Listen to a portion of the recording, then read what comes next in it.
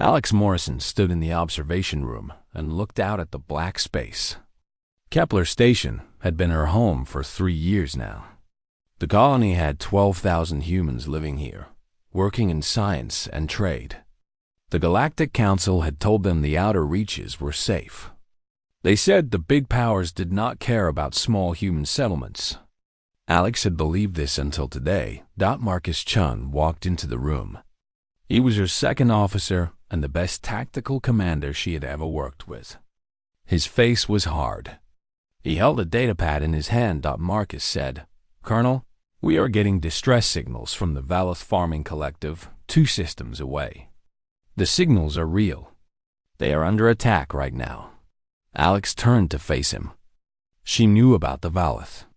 They were insectoid beings. They had not fought in war for more than 3,000 years. They were peaceful farmers who grew food the galaxy needed. They had no weapons. They had no military. Who was attacking them?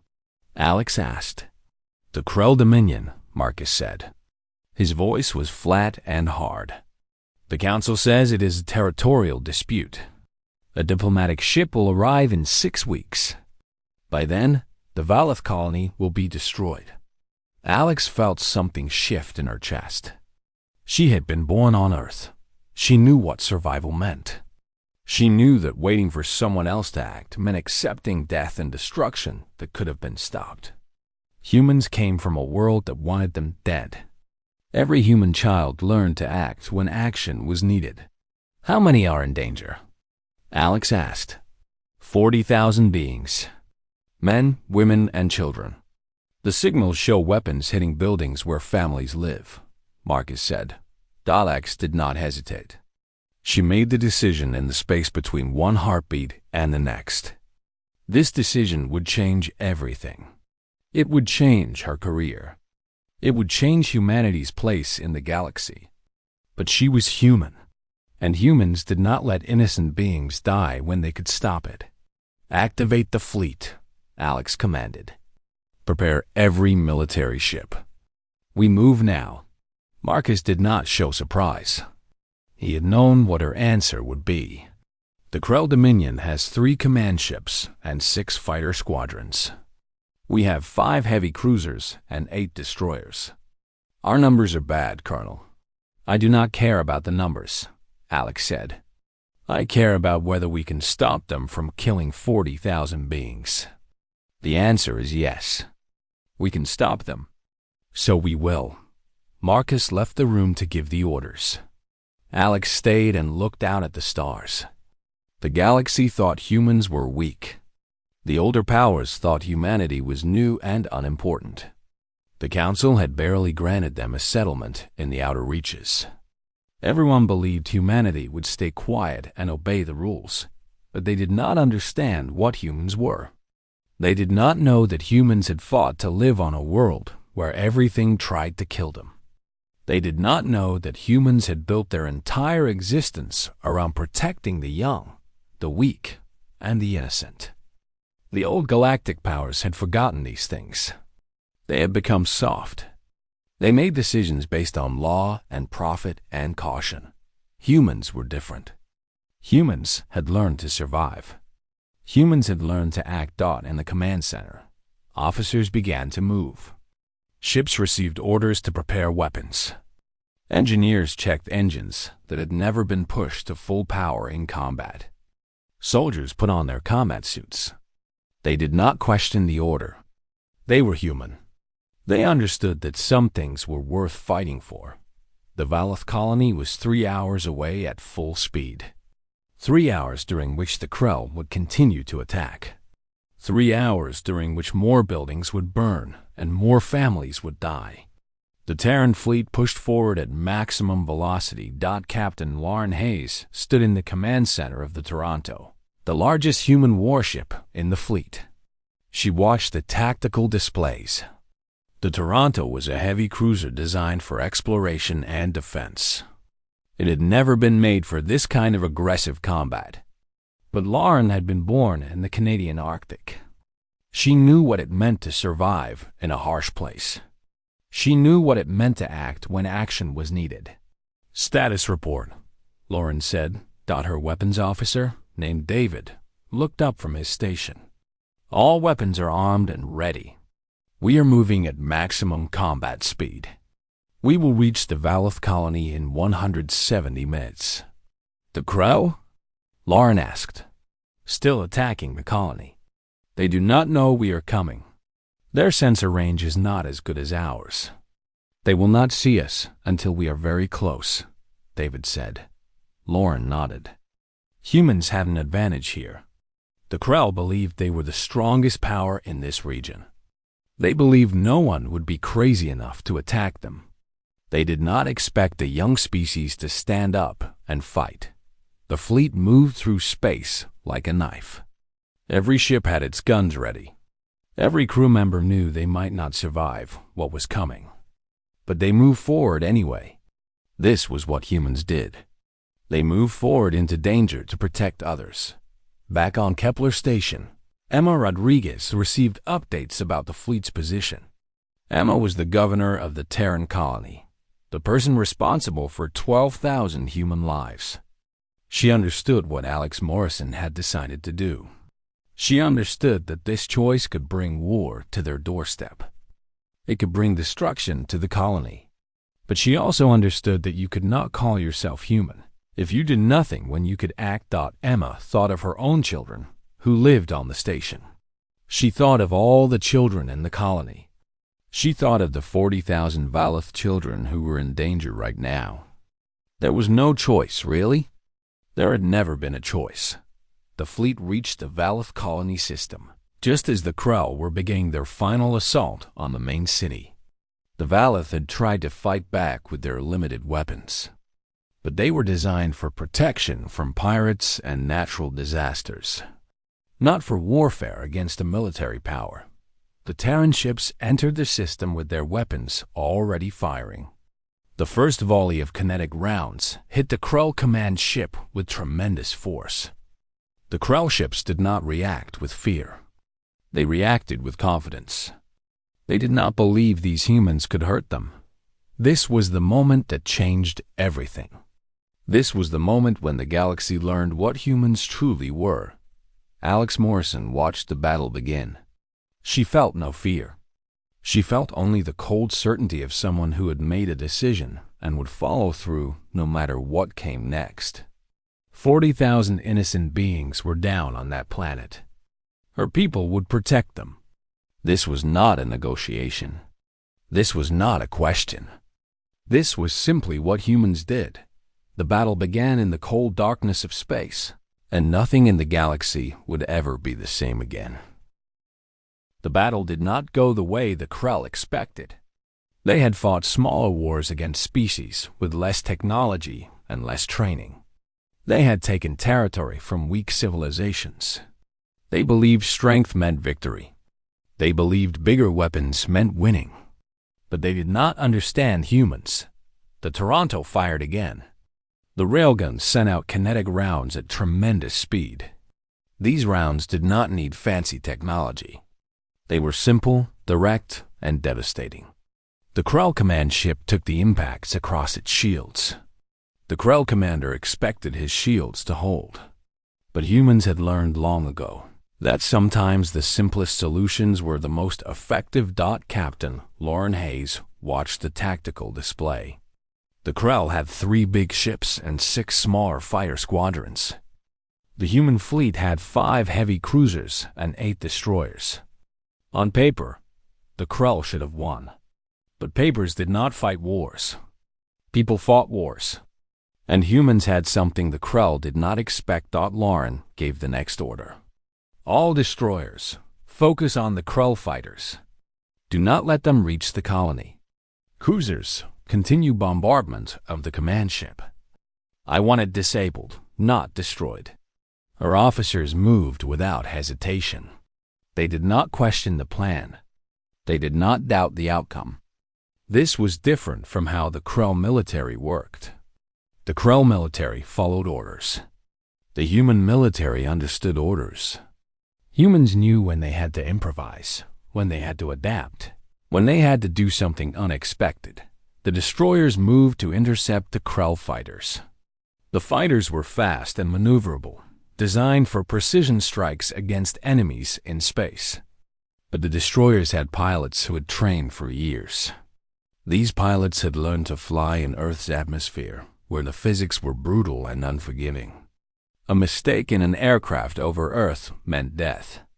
These pilots understood consequences. Commander John Davis flew the lead fighter of the Toronto Squadron. His ship was smaller than the Krell fighters, but his training was better. He had flown through terrible storms. He had navigated through dangerous terrain. His hands on the controls were steady and sure. The first Krell fighter came at him fast. John did not panic. He turned his ship at an angle that would have torn apart most species in their ships.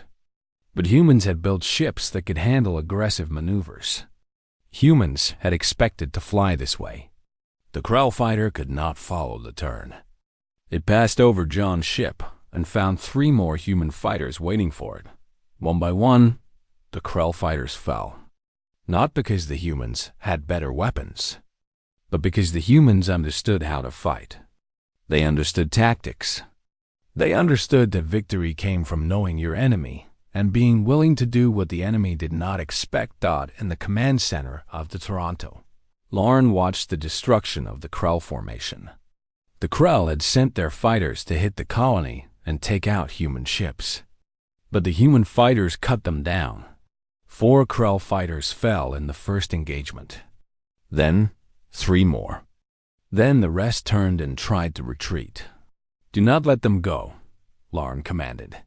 "Finish this." The human pilots chased the Krell fighters across the dark space. They did not do this out of anger or cruelty.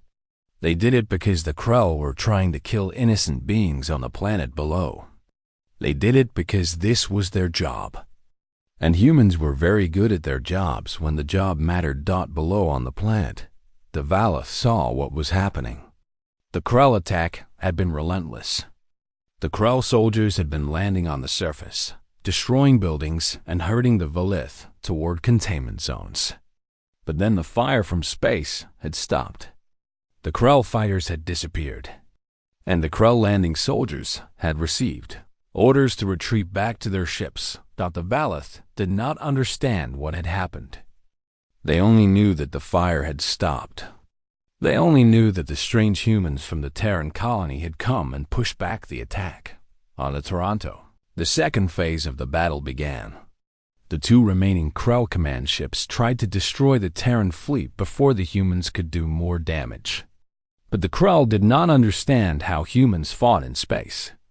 Humans came from a world where you had to use every advantage. Humans never fought the way the Krell expected. The Toronto took heavy damage.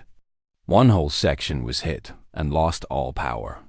37 crew members died in that section when the hull breached.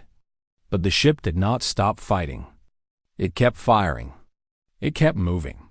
It kept protecting the colony. Another human cruiser, the Vancouver, took worse damage. It lost most of its weapon systems. But instead of retreating, the Vancouver moved forward. The captain, a woman named Linda, rammed the ship directly at one of the Krell command ships. The impact tore apart both vessels. The Krell command ship split in half and was lost to space. The Vancouver was crippled, but it did not sink. Its backup systems kicked in. Its crew moved to the intact sections and continued to fight. The Krell were shocked. No species did this. No species rammed their ships into enemies. No species accepted this kind of damage and kept fighting. But humans did. Humans understood that some things were worth the cost. The final Krell command ship tried to escape. Its shields were damaged. Its weapons were failing. The captain realized that the humans would not stop. The captain knew that continuing the fight meant more losses. So the Krell ship broke off the engagement and jumped to hyperspace. The battle was over. 4 hours of constant combat. The human fleet had suffered terrible damage. 2 ships were destroyed completely. 3 others would need weeks of repairs. 287 human crew members were dead, but the Valeth colony was saved. 40,000 beings were alive because humans had decided to act. The Krell attack had failed. The Krell had lost their command ship and multiple fighters. For the first time, a young species had stood up to an established power and won. Lauren Hay stood in the damaged command center of the Toronto. Power flickered. The air was thin because of the damage to the life support systems. Her crew was exhausted and bloody, but they were alive. And they had one dot. She sent a message back to Kepler Station. She sent it to Alex Morrison. She sent it to Governor Rodriguez. She sent it to every human who had been waiting and worrying about what would happen. The message was simple. Enemy forces have withdrawn. The Valeth colony is secure. We are damaged but operational, preparing for the journey home. That message meant more than just the military facts. It meant that humanity had changed something fundamental. It meant that the Krell, who thought they were invincible, had been stopped. It meant that a young species from a harsh world had proven they could stand against the old powers. In the days that followed, messages began arriving from all across the galaxy. Species that had lived under the threat of Krell expansion. Species that believed they could do nothing to resist. They were watching now. They were seeing that resistance was possible. They were seeing that humans had done something no one else had dared to do. The age of the Deathworlders had begun. The galaxy would never be the same. The Galactic Council had not met in emergency session for 150 years. The chamber was designed to hold representatives from 50 different species. Today, every seat was filled. The tension in the room was thick and heavy. Everyone had come because of what the humans had done. Governor Emma Rodriguez walked into the chamber with her delegation. She was a tall woman with dark hair and a hard face. She had lived her entire life in difficult places. She did not look impressed by the size of the chamber or the number of powerful beings gathered there. Emma stood in the center and waited for the council to acknowledge her presence. The head representative, a being called Vorthik from the Krell Dominion, stood up first. Vorthik was large. His body was made of crystal that glowed with internal light. His voice was sharp and cutting when he spoke. Vorthik said, "The humans attacked the Krell Dominion without authorization. They attacked without asking permission from this council. This is an act of war. This is a violation of the peace accords that have held for 2,000 years. The Krell demand that humanity be punished." Emma did not react. She did not show anger or fear. She simply looked at VOR_THAK. Emma said, "The Krell Dominion was committing genocide against a peaceful species. The Valeth have not fought a war in 3,000 years. They are farmers. They grow food. They are not a threat to anyone. The Krell were murdering them because you wanted their territory. We stopped you, and we would do it again." The chamber erupted. Different species began shouting. The Krell delegation stood in anger, but other representatives looked at Emma with something that might have been respect. They saw a young species that was not afraid to speak truth to power. A representative from the Syrian Confederacy stood up. The Syrians were smaller than humans, but they were known as peaceful and intelligent. The Syrian representative, named Talus, had a quiet voice, but everyone heard it. Talus said, "For 300 years, the Krell have expanded their territory. 300 times, they have taken land from smaller species. 300 times, the Council has done nothing because the Krell followed the law, even when the law was unjust. The humans did what the Council should have done. The humans protected the weak when the strong would not." Vorthik turned to Talus. "The Syrians are also weak. The Syrians hide behind the Council's protection. You have no right to criticize the strong." But Talus did not stop. "That is exactly the problem. The Council has protected the powerful and abandoned the weak. Now a young species has shown us that there is another way. The humans have shown us that strength means nothing if you have no honor. The debate raged for hours. Some representatives argued that the humans had violated the law by attacking without permission. Others argued that the law was broken when the Krull attacked a peaceful people. The chamber became divided. On one side stood the powerful species who wanted order and tradition. On the other side stood the smaller species who wanted justice and protection. Then the Volith representative stood up. His name was Shurth. He was tall, with a body like an insect and compound eyes that caught and reflected light. The Valith had always been quiet in council meetings. They always followed the rules. They never caused trouble. Everyone was shocked to see Shurth stand. Shurth said, "The Krull soldiers came to our colony. They came with weapons and fire. They wanted to take our land. They wanted to kill our children and enslave our workers. We could not stop them. We built no weapons because we believed we did not need weapons. We believed the council would protect us. But the council did nothing. The humans came. The humans lost 287 soldiers to save 40,000 of my people. They asked for nothing in return. They asked only that we would survive." Shurth looked at the entire council. "I have never seen strength like this. I have seen powerful species with great weapons, but I have never seen a species that would sacrifice for beings they had never met. The humans are not like us. The humans are something new." Then Shurth did something that shocked the entire chamber. He called for a vote.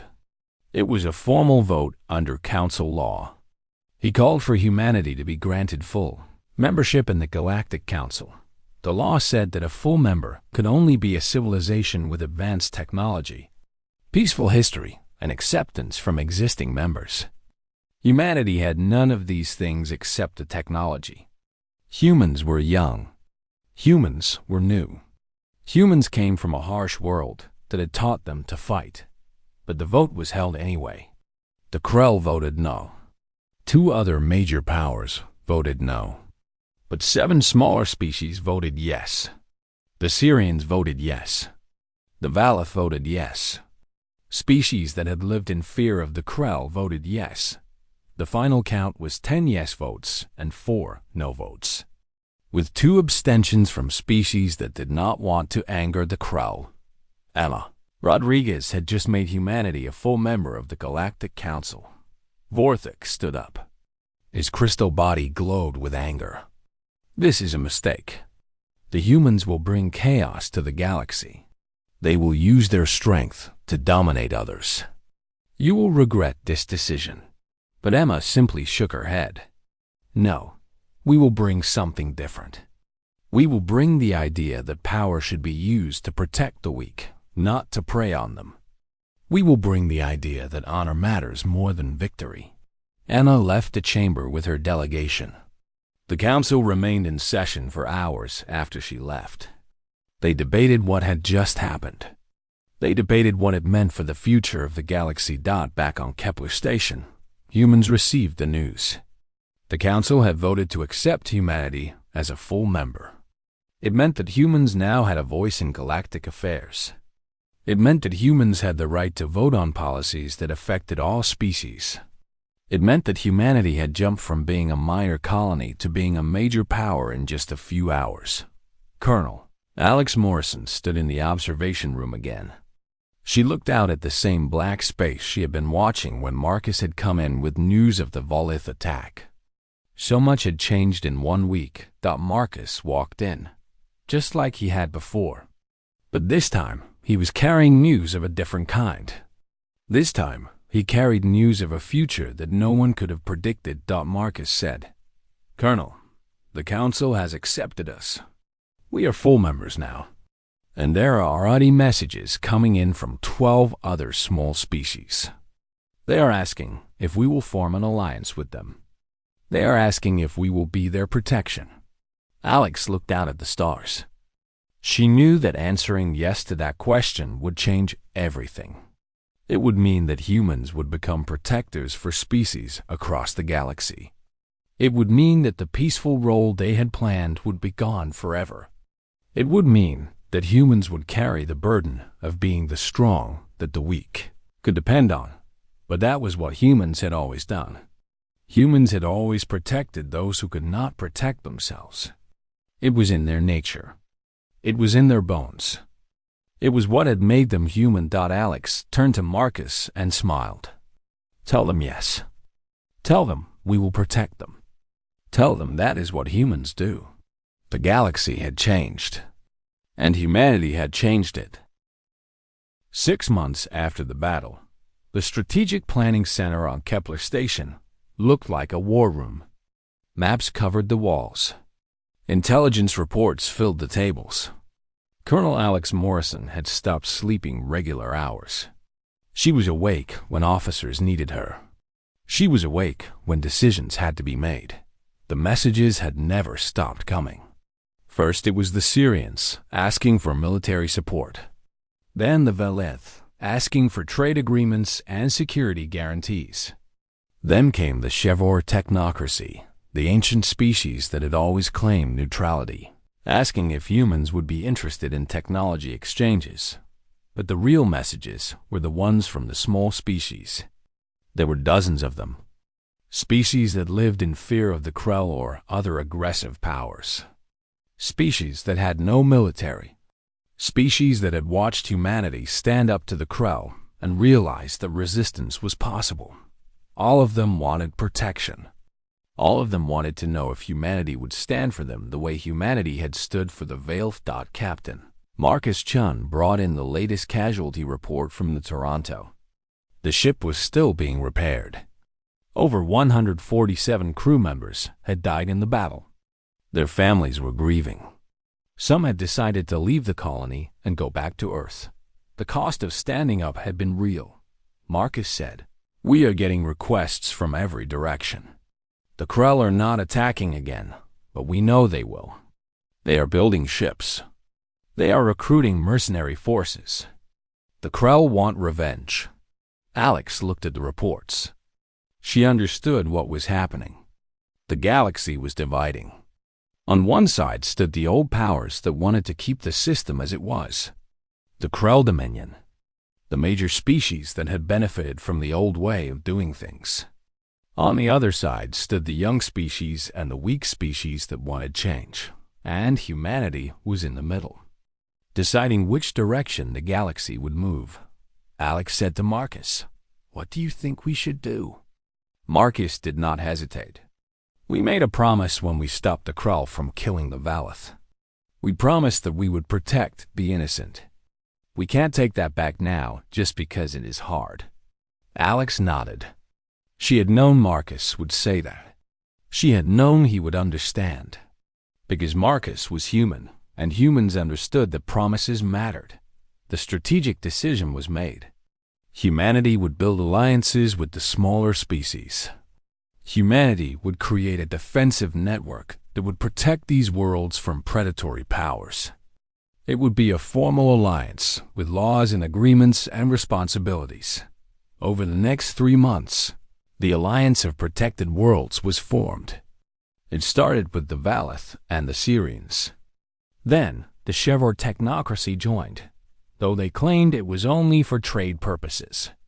Then came a stream of smaller species, each one bringing its own problems and needs and fears. By the time the formal gathering was organized, 23 different species had signed the alliance agreement. Governor Emma Rodriguez stood in the new chamber that had been built specifically for the alliance. The chamber was smaller than the Galactic Council chamber, but it was new and it belonged to this new union. Representatives from all 23 species were present. Emma knew that every word she said now would matter. Every decision would affect millions of lives. Emma said, "We gather today not as conquerors, but as those who have decided that we will not accept the domination of the powerful. We gather because each of us has chosen to stand together instead of being preyed on individually. This is not about revenge. This is about survival. This is about justice. The representatives looked at each other. Some of them were afraid. They knew that forming this alliance might bring conflict with the Krell and other major powers. But they also knew that staying separate and weak meant accepting their own destruction eventually. The Valeth representative, Shirth, stood and spoke. We would not exist if not for humanity. Our children would be dead or enslaved. We join this alliance not from fear, but from gratitude and from hope that together we can create a galaxy where the strong do not prey on the weak. The Syrians joined in. Then the HFY technocracy made a formal statement about the technological advantages this alliance would bring. One by one, the species stood and committed themselves to the alliance, but not everyone was happy about this. The Krell Dominion issued a formal protest to the Galactic Council. They claimed that the alliance of protected worlds was a threat to stability. They claimed that humans were trying to create an empire. The major powers in the galaxy began to take notice. The balance of power that had existed for thousands of years was shifting back on Kepler Station. Colonel Alex Morrison received intelligence reports about Krell military movements. The Krell were building a fleet. The Krell were recruiting soldiers from mercenary species. The Krell were preparing for war. Alex knew this was coming. She had known from the moment she made the decision to attack the Krell command ship. Every action had a consequence. Every choice had a price. She called her officers together. She called Marcus and Lauren and David and every commander who had fought in the first battle. She looked at them and spoke directly. Alex said, "The Krell will attack again. Maybe not tomorrow, maybe not next month, but they will attack. They will want revenge. They will want to prove that they are still the dominant power in this region. When they attack, we will be ready, and we will show them that humanity stands by its word. We will protect the alliance, whatever it costs." Lauren Hayes, captain of the Toronto, nodded slowly. "The ship is almost repaired. We will be ready." Marcus said, "All the alliance worlds are being fitted with basic defense systems. It is not much, but it is something." Alex felt the weight of command pressing down on her. She was responsible for the lives of people under her command. She was responsible for the safety of the alliance worlds. She was responsible for the future of humanity in the galaxy. But she did not doubt. She did not question. She simply moved forward, just as humans had always moved forward when faced with obstacles. She said, "Then we wait. And when they come, we fight. We fight to protect our alliance. We fight to show that humans do not break their promises. We fight because that is what we do." The officers left her office. Alex stood alone in the darkness.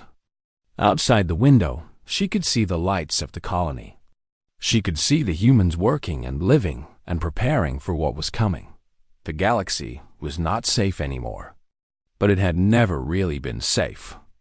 The difference now was that some beings had decided to fight back. The difference now was that the weak had found protection. The difference now was that humans had changed something fundamental, and everyone in the galaxy was watching to see what would happen next. 1 year had passed since the battle at the Valeth colony. The Alliance of Protected Worlds had grown to include 31 different species. The Alliance controlled a significant portion of the outer reaches, and the Krell had not attacked again. But the tension had not gone away. It had only grown thicker. The first Alliance conference was held on a neutral station designed by the HFY technocracy. Representatives from all 31 species gathered. Governor Emma Rodriguez entered the main chamber to begin the proceedings. She wore the formal uniform of the Terran Colonial Authority. She was no longer just the governor of a small human settlement. She was the leader of the largest coalition the outer reaches had ever seen. The chamber was massive. It held platforms for every species to stand on, adjusted for their different heights and body shapes. The Valeth occupied one section. The Syrians occupied another. The Shi'Vor technocracy had a reserved area with advanced technology to allow them to participate remotely if they needed to. And in the center stood the human delegation. Alex Morrison stood beside Emma. Marcus Chun stood ready to answer any tactical questions.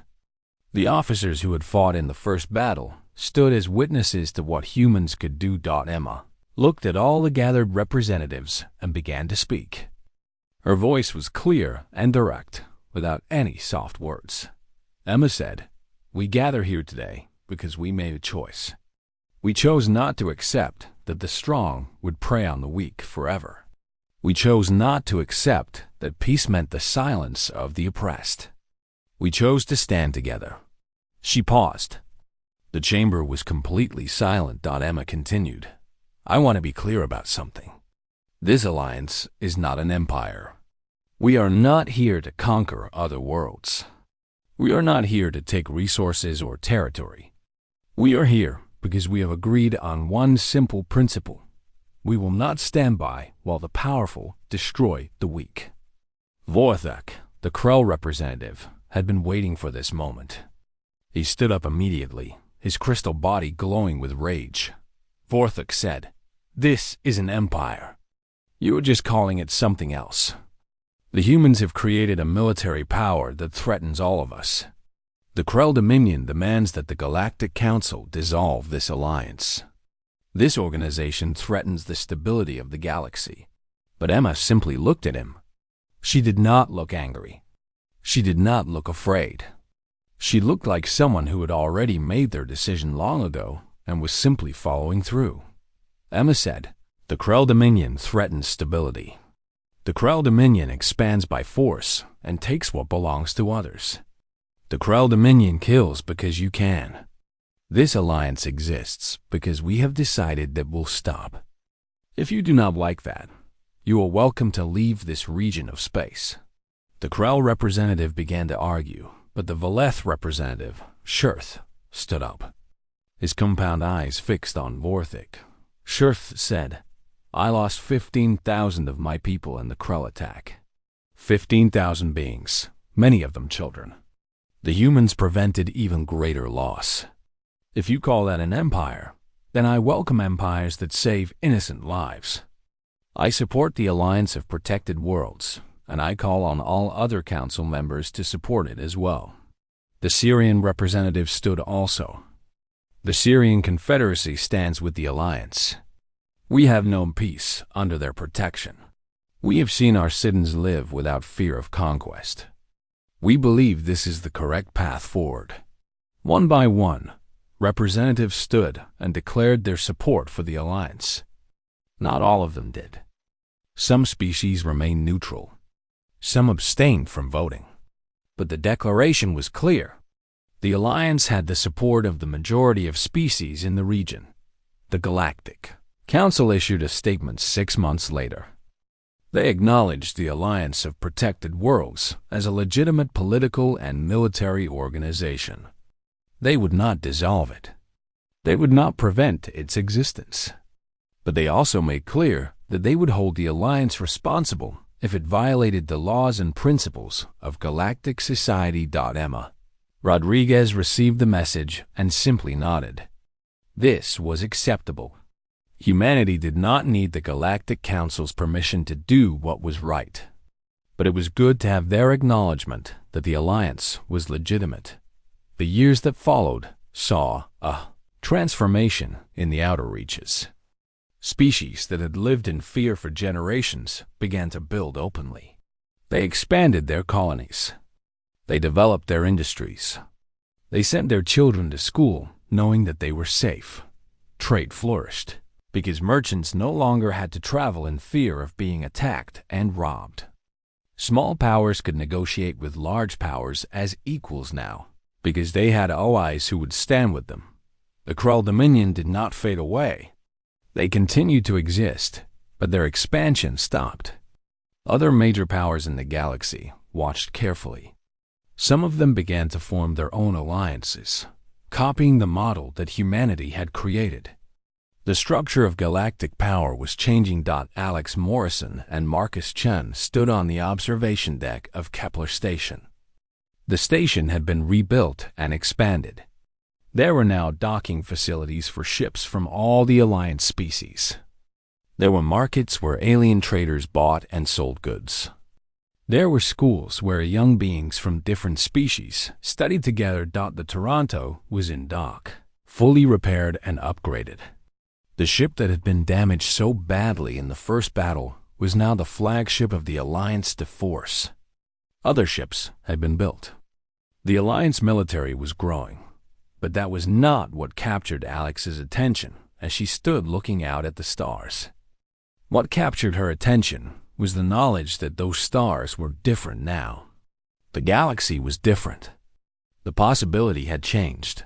Marcus said, "Do you ever regret it? Do you ever think about how quiet and peaceful things would have been if we had just ignored the Velith distress call?" Alex considered the question. She thought about the 12,000 humans on Kepler Station. She thought about the people she had lost in the battle.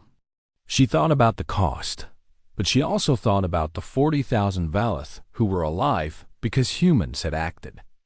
She thought about the Syrians and the Shevor and all the other species who now lived without fear of conquest. Alex said, "No, I do not regret it. This is what humans are supposed to do. We are supposed to stand up. We are supposed to protect the innocent. We are supposed to do the hard thing when it is the right thing." Marcus nodded. He had known what her answer would be. The two of them stood in silence and watched the galaxy change. A young species from a harsh world had arrived in the stars, and they had brought with them something the older civilizations had forgotten: the willingness to sacrifice for others, the refusal to accept injustice, the decision to stand against the powerful when the powerful was wrong. The Krell Dominion was still out there, still strong and dangerous.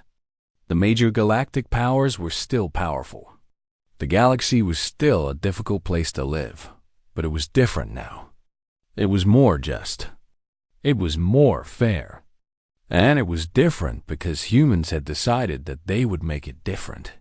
Governor Emma Rodriguez sent out a message to all the Alliance worlds on the anniversary of the first battle. She told the story of what had happened 1 year before. She told of the Velith in danger and the humans who came to help. She told of the battle in space and the victory that followed. And then she said something that would be repeated for generations to come. Emma's message said, "We are human. We come from a world that wanted to kill us. And we survived because we protected each other. That same principle guides us now. We will always stand for those who cannot stand for themselves. We will always act when action is needed. We will always choose what is right over what is easy." The message traveled across space. Every species in the Alliance heard it, and every species understood what it meant. They understood that humanity was different. They understood that the galaxy had changed. They understood that the age of predatory empires was ending, and the age of justice was beginning. The stars burned bright above them, and the future stretched out ahead, full of possibility and hope, and the promise of a galaxy where the strong protected the weak, where honor mattered more than power, and where being human meant standing up for what was right. The Deathworlders had come to the stars, and they had changed everything.